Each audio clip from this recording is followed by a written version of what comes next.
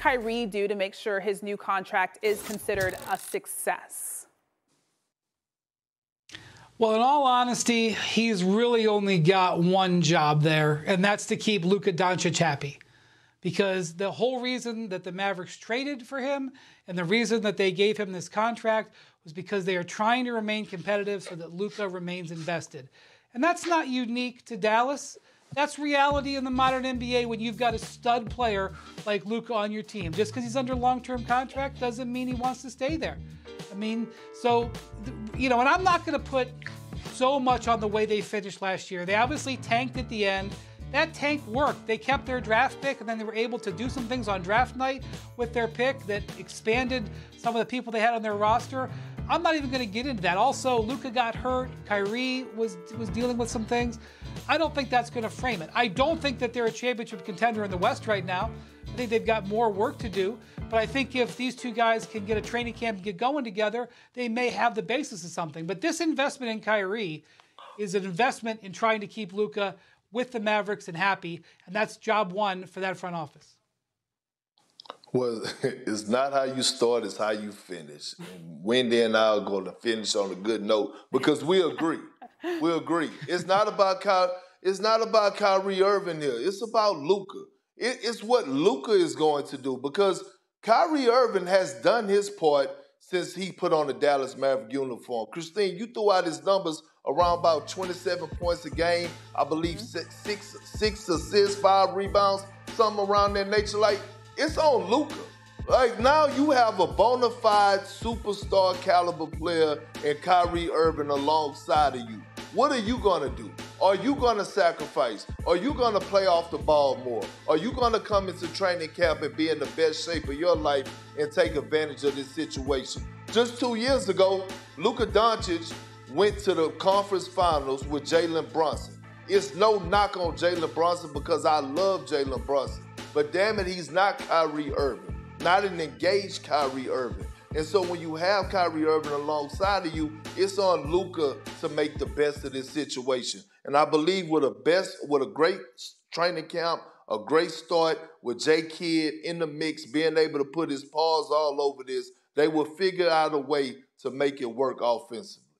There's $341 million locked up between Luka Doncic and Kyrie Irving. That's a ton for a superstar duo. So if this thing doesn't work out, who's to say one or the other doesn't ask for a trade come the deadline? That is the nuclear option that the Dallas Mavericks want to avoid. So to both of your points about this only being about Luka Doncic, Luka's the one who, wanted to make sure Kyrie Irving was retained in free agency. They couldn't have 2 off seasons where they let Jalen Brunson walk and then Kyrie Irving walk and Luka's standing there saying, are you guys going to build around me or are you not? So if this thing doesn't go according to what their plan is, and when they gave up all those assets to Brooklyn to trade for him, they viewed him as the perfect complement for their superstar.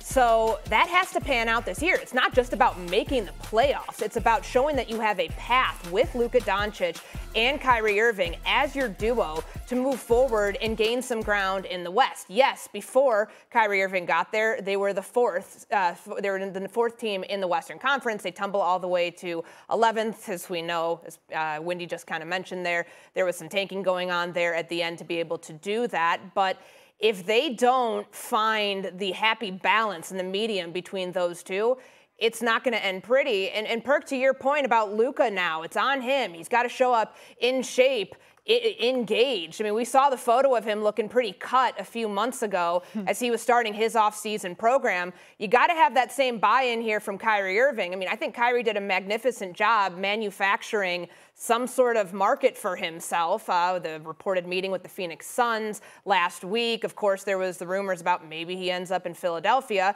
He ended up getting a nice big bag from Dallas. I'm not so sure that they had to go all in, $40+ million a year, but it keeps these two together. And now we get to see, can Luka actually make a run with this roster as constructed? NBA free agency is off to a hot start this offseason. Some of the biggest names remain with their teams, including Draymond Green, Chris Middleton, and Kyrie Irving. Others will attempt to carve out a new path in a new city. All right, Perk, I'm going to ask you this question to start. Who is the biggest loser of free agency to this point? You know what? I was gonna say Portland because I feel like they didn't do everything in their power to try to please Dame. But to Wendy's point earlier in the show, when he talked about they started to rebuild 2 years ago, it changed my thought. And I got to look at the Denver Nuggets. And here's why I got to look at the Denver Nuggets. I understand the trust that they have in Christian Braun and the role players surrounded Jamal Murray and Jokic. But losing Jeff Green and Bruce Brown in free agency was huge for them. And I don't know if the Nuggets realize how hard it is to repeat. Hell, it's hard to even get to the finals, let alone accomplish what they did in winning the championship. But when you talk about repeating, it's even harder. Now, I don't know if they got something in their back pocket or they're going to trust the guys that they got there, but those two guys played a vital role in their success of winning the NBA championship. And to lose both of those guys in free agency, right now, to me, the Nuggets are the biggest loser. I think I'd feel differently about the Dallas Mavericks had they been able to pull off a trade for DeAndre Ayton. We know that there had been some interest there for a little bit, and they end up re-signing Dwight Powell. That's fine. My issue is just we were just talking about the Kyrie Irving and what he needs to do in order to keep Luka Doncic happy.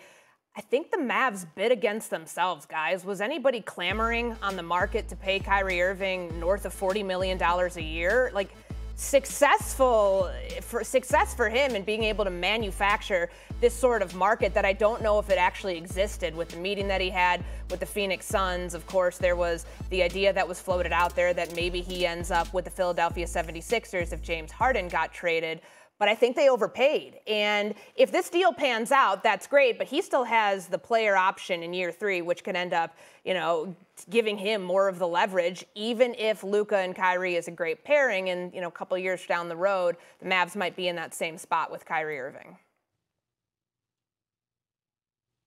Yeah, the Nuggets are still, sobering up and looking at how beautifully gold their trophy is. So I don't like the word loser associated with them.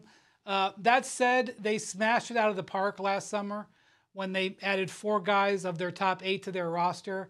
And this summer just hasn't gone very well for them. Now, when they knew they were losing Bruce Brown, so they kind of were under pressure to replace his ability to play point guard. So they used the bulk of their free agent money on Reggie Jackson, a guy who barely played for them in the important games last year.